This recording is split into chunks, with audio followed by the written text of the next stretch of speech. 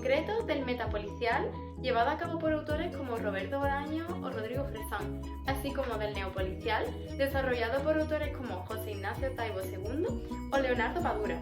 En primer lugar, debemos saber que fue Edgar Allan Poe quien estableció el esquema de los elementos policiales en la narrativa policial clásica del siglo XIX surgida en Inglaterra, que siguieron otros autores de la novela policial del siglo XX al otro lado del charco. Surge con él la pieza clave de la narrativa policial, que es la figura del detective. Este, junto al enigma y al criminal, son los elementos fundamentales en torno a los que giran las obras, que van evolucionando al trasladarse a otros países cuyos autores incorporarán rasgos propios según su realidad. De ahí que la novela policial tradicional de Inglaterra se transforme en novela negra o hard boiled en Norteamérica y que de aquí pasa a Latinoamérica como vamos a ver ahora. La literatura policial latinoamericana no se puede entender sin antes situarnos en su contexto de los años 70 del siglo XX. En ese momento, la realidad capitalista hace que surja un nuevo modo de narrar que se denomina como neopolicial, que es un término acuñado por Paco Ignacio Taibo II en una entrevista del año 1990. El prefijo neo se le da porque hay una actualización de la tradición literaria y se le añaden rasgos de la realidad caótica de la sociedad. El neopolicial aparece en los años 70 como una respuesta a esa literatura del boom hispanoamericano que se dio en la década anterior, que fue tan comercial y donde se idealizaba el retrato de Latinoamérica. Por eso, el neopolicial recoge una visión fiel de la realidad latinoamericana y tiende cuenta a la violencia, a la injusticia y a la criminalidad que vertebra en la cotidianidad de estos países. Los escritores latinoamericanos se encuentran en desconfianza hacia el sistema político establecido en sus países porque ven la imposibilidad de restituir un orden favorable que atienda a los problemas sociales y políticos en medio de un clima muy violento. Este contexto latinoamericano en el que se desmorona la sociedad se traslada a los relatos en forma de un detective que fracasa. También el neopolicial tiene carácter de literatura marginal y puede servir como un mecanismo de crítica social. En esta nueva literatura policial se ve la tendencia posmoderna de revisar y reinterpretar el pasado, porque se nota que hay una esperanza de un proyecto utópico al querer restituir un orden apelando a un pasado idílico que quizás ha sido ensalzado por la memoria y ni siquiera ha existido así, pero que se invoca, y esto se ve en que todos los detectives son de izquierdas. Otra tendencia de esa pretensión de relato de querer restituir el orden es el hecho de que varios autores se presten a la forma seriada, como Paco Ignacio Taibo II y la serie protagonizada por el detective Héctor Velasco Arán. Esto invoca un consumo de masas porque lo serial es indiciario de una reproductividad técnica propia de una era capitalista que también entra en contradicción con la ideología que subyace en los relatos neopoliciales. Con lo cual, hay una hipocresía del relato neopolicial que se opone a lo que se quería conseguir, ya que se recoge el desencanto, pero con un lenguaje que no sirve de herramienta para alcanzar la narración de la historia latinoamericana. Más adelante surge el relato metapolicial, que sí encauza una estética posmoderna. Son relatos policiales clásicos, pero disfrazados de otra cosa para problematizar una serie de aspectos. Los autores se posicionan contra la cultura, haciendo una literatura politizada y rebelde. Les dan una visión paródica a estos relatos para burlarse del policial. El enigma y la lógica de la resolución del problema pierden importancia, porque ahora lo que importa es la verosimilitud histórica.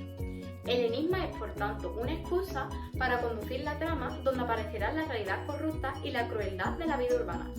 Los metarrelatos policiales suponen una huida del mundo y de la sociedad y la conformación de un espacio utópico, lo que sitúa el relato entre la ficción y la realidad. Para entenderlos debemos entonces interpretar los hechos y darles sentido. Esto nos lleva a pensar que la verdad es relativa y que no hay una razón totalizadora. De ahí que prime la subjetividad en las obras. Por esto los autores incorporan juegos de lenguaje para que haya una multiplicidad de interpretaciones a la vez que subvierte el género policial. Dos ejemplos de relatos metapoliciales son William Burns, de Roberto Bolaño, y La formación científica, de Rodrigo Fresán. En William Burns, de Roberto Bolaño, se ven estos rasgos metapoliciales, como por ejemplo la huida del mundo y de la sociedad, porque Burns, de Ventura, de California del Sur, se traslada a una casa en las afueras de un pueblo de montaña y el delito se comete en una zona rural. En cuanto al elemento del detective, Bolaño ha usado en su relato una identidad problemática que se ve en su protagonista William Burns. ¿Quién es William Burns? Pues no se sabe bien, no se explicita, solo hay indicios de que quizás sea un detective, pero eso se tiene que interpretar.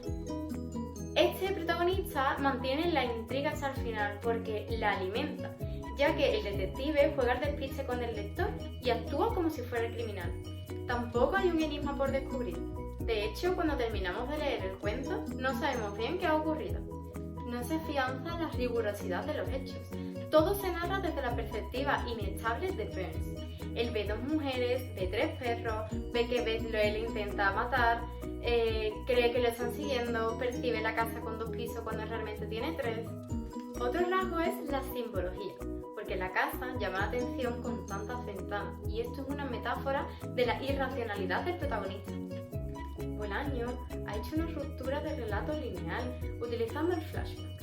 En el inicio se presenta a William Burns como el protagonista, que a su vez le ha contado esta historia al policía Pancho Monge, y este último se la contó al narrador anónimo. Luego, el propio Burns es quien cuenta la historia y al final vuelve el narrador indicando qué pasó con el protagonista. En cuanto a la formación científica de Rodrigo Fresán, este relato está incluido en una obra completa llamada Historia Argentina, que supone una demostración del intento fallido por trazar un relato histórico de Argentina desde el gaucho hasta la contemporaneidad. En esta obra también se ve el rasgo de la huida del mundo y de la sociedad, porque su protagonista, que es un científico reputado, trabaja aislado en un centro de investigación en la Patagonia.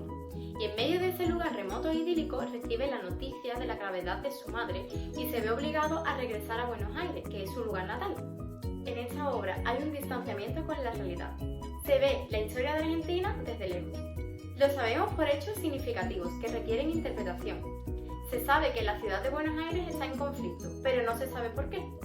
El protagonista sabe que algo pasa por los 2 trayectos en taxi. Solo escucha las noticias de la radio o sabe de las revueltas porque el conductor se incorpora a ellas. En cuanto a la figura del detective, la ejerce el propio protagonista, que es el científico, ya que a lo largo de todo el relato va reconstruyendo el pasado, haciendo así una ruptura del relato lineal. El enigma del relato es la búsqueda del asesino de su padre. Finalmente se descubre que el criminal es la madre, ya que el marido le fue infiel con su amiga Vilma y ella le disparó en la cabeza, haciendo aquí una parodia del policial. Fresán ha mezclado historia y ficción. Se ficcionaliza la historia y se le añade un lado pesadillesco heredado de la novela negra. En conclusión, ambos autores del metapolicial han usado la tradición literaria policíaca, pero han subvertido los elementos establecidos del género. Han desmantelado, por tanto, los relatos policiales y han encauzado sus obras a una estética que sí pertenecen a la posmodernidad, hecho que no lograron los autores del neopolicial.